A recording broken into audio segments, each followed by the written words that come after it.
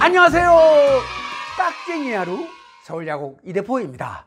꾸벅! 오늘은 성금 있던 시절의 룸살롱과 관광요정, 일반 요정의 이야기와 남자들, 그것도 나이 웬만큼 드신 분들의 주름관리법에 대해서 이야기를 할 건데, 여자분들이나 젊은 남자분들도 어느 정도 도움이 될 수 있으니 모두 시청해 주시기 바랍니다. 먼저 룸살롱에 대해서 얘기를 하자면 76년도, 77년도 서울시내 최고급, 지금 최고급이라고 하는 건 술값과 아가씨TV 너무 비싸서 셀러리맨이나 일반인들은 출입이 쉽지 않았고, 룸살롱 측에서도 일반인들은 받지 않았던 곳입니다. 그 룸살롱을 자주 드나들던 손님과 동반해서 가면 받아도, 그렇지 않고 일반 사람들이 따로 들어가면 거절을 했답니다.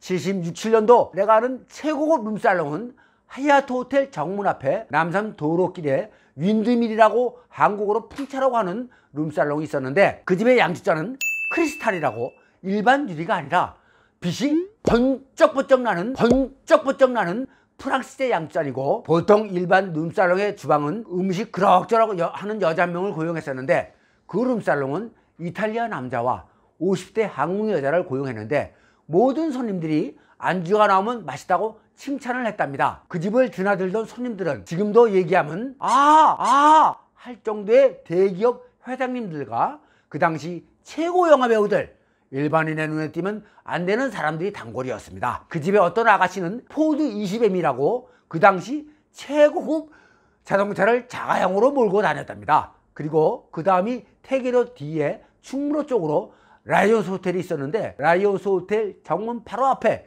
유황이라는 룸살롱이 있었습니다. 인천의 최고 가는 호텔 회장님과 서울의 최고 가는 신문사 회장님이 단골이었는데, 두 사람이 절친이라서 항상 두 분만 오셨답니다.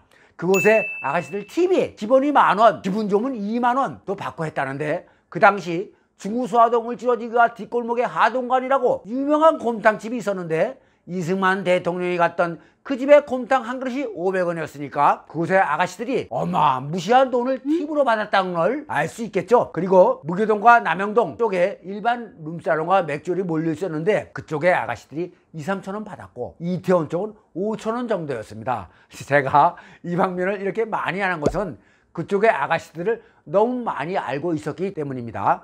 관광요정은 말 그대로 외국인들이 한국에 관광 왔다가 들리는 요정을 말하는 건데, 그 당시 일본인들이 주로 찾아섰습니다. 어떤 때는 단체로 버스를 대절하기도 했었죠. 종로상가 오지남이라는 요정은 요정 안으로 버스가 들어갈 수 있는 큰 주차장이 있었어요. 제가 40여 년 전에 오지남 쪽을 자주 지나다녔는데, 큰 버스가 오지남의 주차장 대문이 열리면 들어가는 걸 자주 목격했었습니다.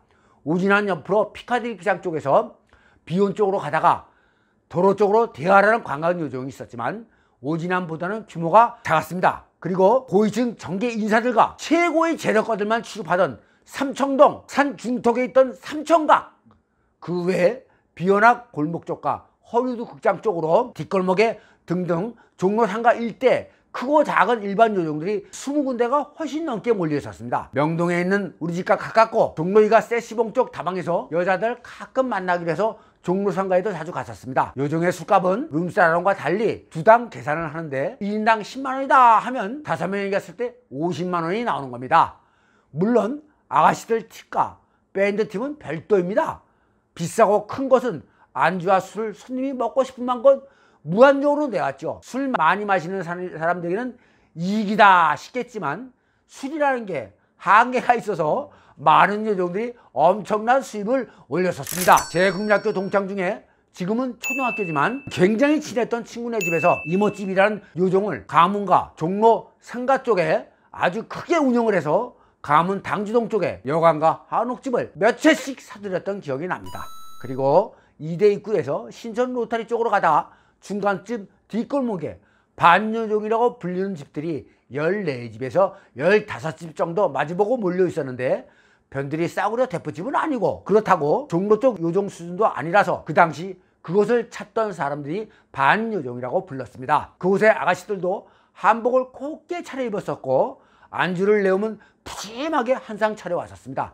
다만 요정 규모가 작고 방도 몇 개 안 돼서 아가씨들도 몇 없었고 밴드가 상주를 하지를 않아서 노래를 할 수가 없었죠. 1인당 술값은 종로의 반도 안 됐던 걸로 기억합니다. 메아리나 청량리 쪽은 질적으로 수준이 틀렸기 때문에 얘기하지 않겠습니다. 어쨌든 그 당시 요정의 아가씨들은 룸살롱과 달리 거의 대부분의 아가씨들이 요정에서 숙식을 했었는데 별로 중요할 일이 없으면 외출을 하지 않다 보니 룸살롱 나가는 아가씨들보다 저축을 많이 했었습니다. 희한하게도 그 당시 요정 나가는 아가씨들은 룸살롱 나가는 아가씨들보다 사고방식이 뛰어나서인지 모은 돈을 어려운 부모님에게 갖다 드리고 동생이나 오빠들 학비를 보태주는 아가씨들이 많았던 걸로 기억합니다. 물론 룸살롱의 아가씨들도 집을 도우는 아가씨들이 있었지만 요정의 아가씨들보다 아가씨들이 더 많았던 걸로 기억합니다. 비록 술 따르는 직업을 가졌지만 참으로 누구보다 아리따운 분들이라 생각합니다. 그럼 룸살롱과 요정의 이야기는 다음 기회에 또 확인하고 장소를 옮겨서 제안하는 법으로 가시죠. 뿅! 자, 그럼 여러분의 지금부터 저희 세안법을 알려드리겠습니다. 자, 보세요. 물을 여러분들 하실 때 이렇게 막 비비시는 분들 많으면 이러지 마세요. 이렇게 비비지 마시고, 자, 물을 얼굴에 끼얹듯이 이렇게 끼얹으신 다음에 배우치를 손에서 충분히 낸 다음 가볍게 안에서 바깥으로 양볼은 안에서 바깥으로 하시고 턱은 아래에서 위로, 이마도 아래에서 위로, 양볼을 가볍게 이렇게 하신 다음에 헹구실 때도 쪄주세요.